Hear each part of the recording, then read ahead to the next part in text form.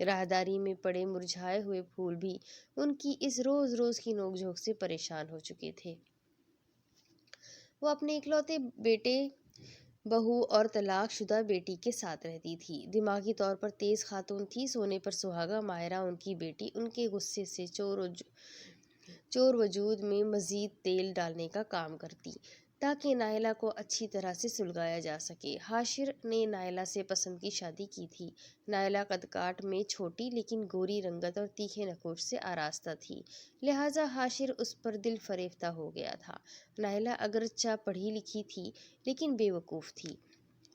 اسے نہیں پتا تھا کہ اپنا گھر کیسے بچانا ہے۔ اسے یہ بھی سمجھ نہیں تھی کہ کس طرح ساس کو ہینڈل کرنا ہے۔ وہ بس فیشن کر کے اپنے شوہر کو اپنا مرید بنا چکی تھی۔ کچھ نہ کچھ تابڑ توڑ حملے وہ بھی کرتی ہی تھی۔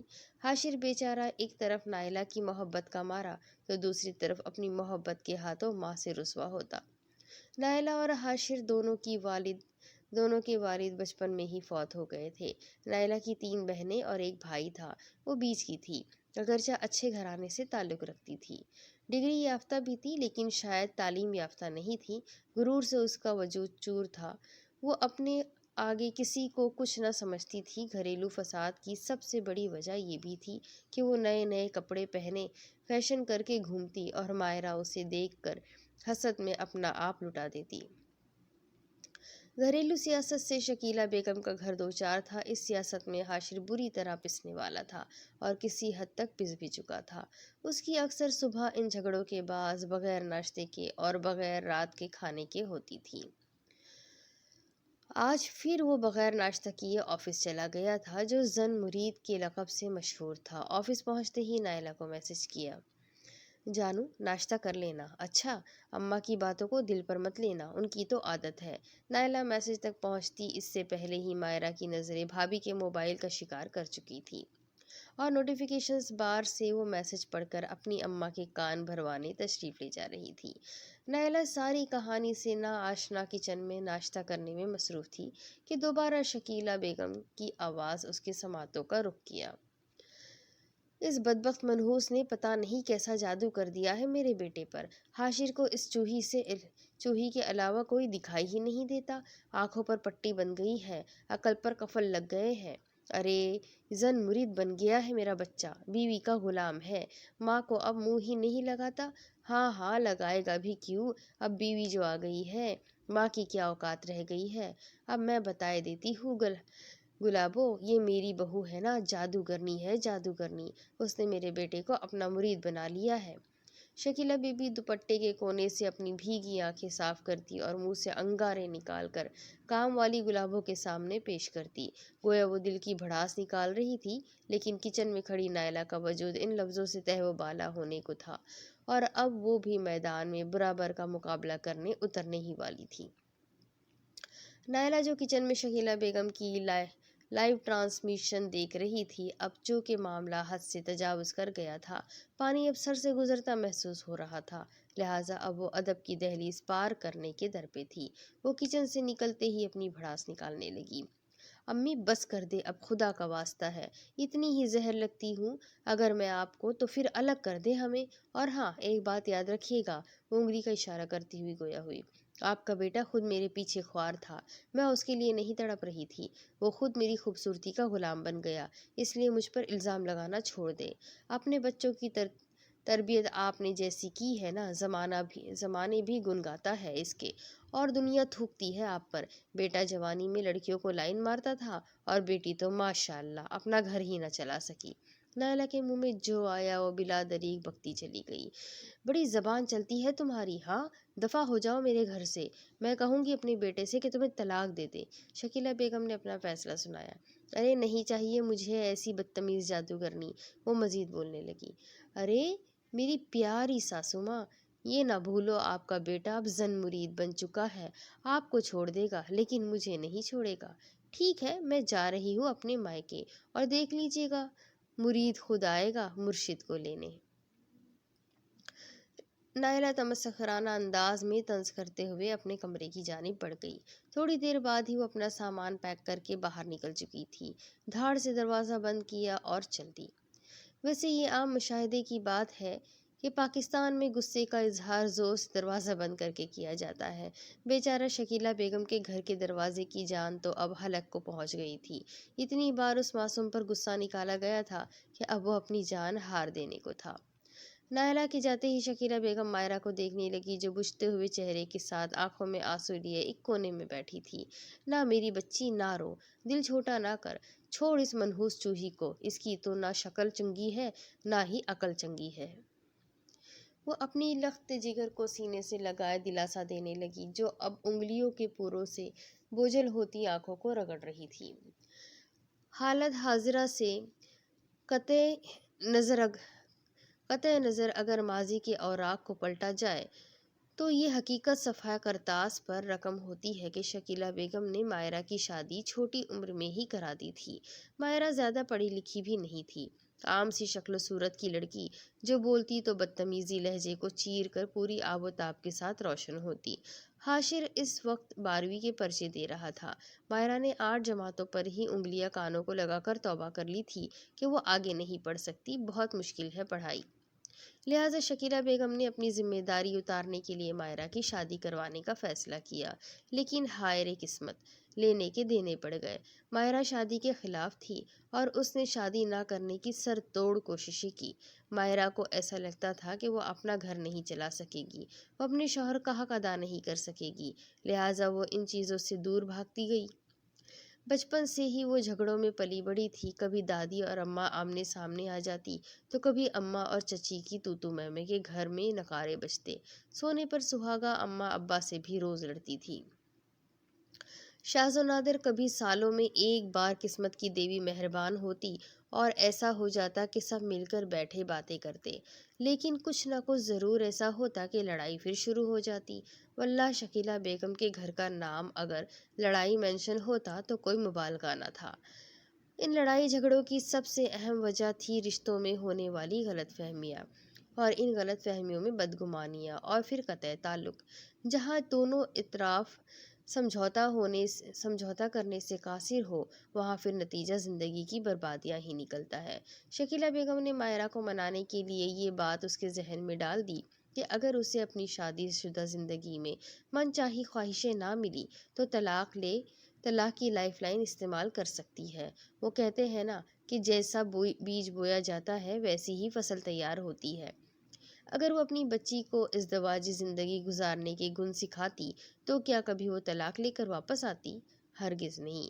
لیکن صد افسوس وہ اپنے نقش قدم پر ہی اپنی بچی کو چلاتے ہوئے اس خوش فہمی میں تھی کہ شادی کے بعد خود سمجھ جائے گی، اور ان کی بے وقوف بچی دین و دنیا کے علم سے آری شادی کے 2 دن بعد ہی ماں کے گھر آ گئی اور کہنے لگی اسے اپنا شوہر ہینڈسم نہیں لگتا تو وہ مسٹر بین جیسا دکھتا ہے، ساس بھی کام کرواتی ہے اس سے، لہٰذا میں وہ نہیں